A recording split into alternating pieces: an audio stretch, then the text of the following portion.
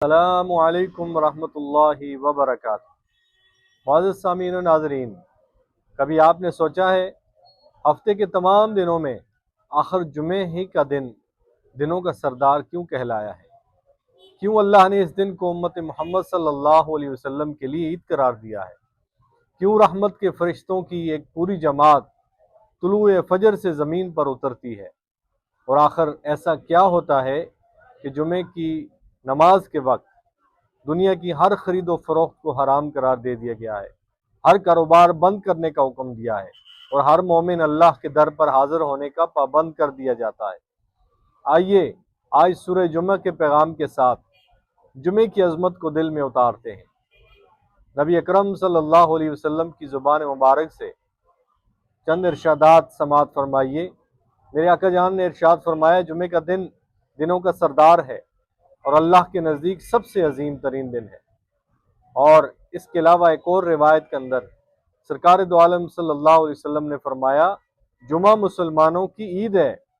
اور ایک اور روایت کے اندر آقا علیہ السلام نے فرمایا، جس نے جمعے کے دن غسل کیا، جلد مسجد کو آیا اور خاموش رہا، اور اس کے ہر قدم پر 1 سال کے روزے اور قیام کا ثواب لکھا جاتا ہے۔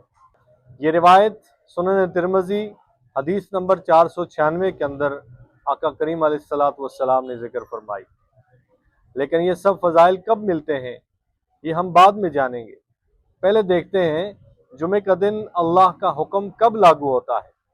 اللہ تعالیٰ سورہ جمعہ میں ارشاد فرماتا ہے، اذا نودی للصلاۃ من یوم الجمعہ فاسعوا الی ذکر اللہ وذروا البیع۔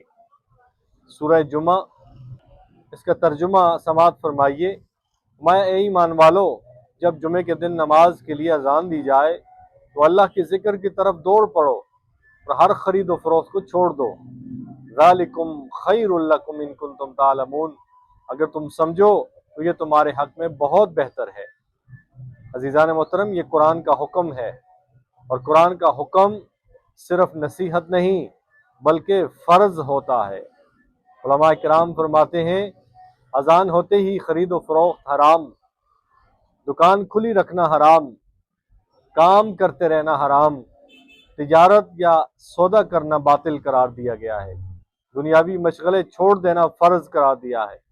یہ حکم ایک سبزی والے پر بھی لاگو ہے، اور بڑے دکان والے پر بھی ہے، اور فیکٹری والے پر بھی ہے۔ محترم دوستو، پھر ایک لمحہ ایسا بھی آتا ہے جب اذان کے بعد فرشتوں کے رجسٹر بند ہو جاتے ہیں۔ حدیث مبارکہ کے اندر آتا ہے، جب امام خطبے کے لیے آتا ہے تو فرشتے اپنے صحیفے بند کر دیتے ہیں اور خطبہ سننے لگتے ہیں۔ یہ صحیح بخاری کی روایت کا ترجمہ اور اس کا مفہوم آپ کے سامنے میں نے رکھا۔ یعنی جیسے ہی دوسری اذان ہوتی ہے، مسجد کی طرف دوڑنے والوں کا اندراج بند ہو جاتا ہے۔ اس لیے اہتمام کے ساتھ پہلے آنا زیادہ اجر کا باعث ہے، کیونکہ دنیا کے کاموں کا سلسلہ ختم ہو گیا اور اللہ کی رحمت کے دروازے کھل جاتے ہیں۔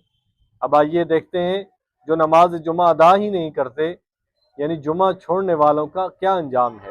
رسول اللہ صلی اللہ علیہ وسلم کا ارشاد پاک کا مفہوم فرمایا، جو لوگ جمعہ چھوڑتے ہیں یا اس میں سستی کرتے ہیں، اللہ ان کے دلوں پر مہر لگا دیتا ہے۔ یہ صرف نماز کا معاملہ نہیں بلکہ عزیزو، یہ ہمارے ایمان کا معاملہ ہے۔ آئیے مختصراً جمعے کے مسنون اعمال سن لیں تاکہ اللہ کی رحمتوں اور اجر سے زیادہ مستفید ہو جائیں۔ سورہ جمعہ اور احادیث مبارکہ کی روشنی میں جمعے کے چند اعمال کا خلاصہ یہ ہے کہ جلدی مسجد جانے کا اہتمام کرنا، خوشبو لگانا، اچھے کپڑے پہننا، صاف ستھرے کپڑے پہننا، کثرت سے نبی اکرم صلی اللہ علیہ وسلم کی ذات اقدس پر درود و سلام پڑھنا، کیونکہ نبی علیہ السلام نے ارشاد فرمایا، جمعے کے دن مجھ پر زیادہ درود بھیجا کرو۔ خطبے کے وقت مکمل خاموشی کے ساتھ بیٹھنا اور باتوں کو غور سے سننا، خطبے اور نماز کے دوران دل سے دعا کرنا، کیونکہ جمعے کے دن ایک گھڑی ضرور ایسی آتی ہے جو قبولیت کی گھڑی ہوتی ہے اور دعائیں قبول ہوتی ہیں۔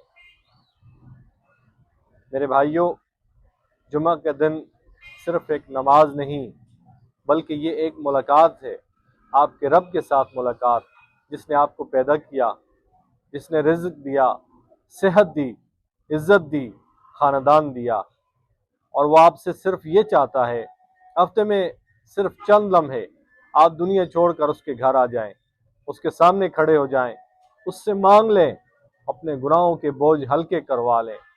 جمعے کا دن رحمت کا دن، قبولیت کا دن، مغفرت کا دن ہے اور اللہ کے قریب ہونے کا دن ہے۔ آئیے آج عہد کریں کہ جمعے کی اذان ہوتے ہی کاروبار کو بند کر دیں گے اور اللہ کی طرف سفر شروع کر دیں گے۔ جو اللہ کے حکم کو عزت دیتا ہے، اللہ اس کی عزتوں میں اضافہ فرماتا ہے۔ اللہ ہم سب کو عمل کی توفیق عطا فرمائے، آمین یا رب العالمین۔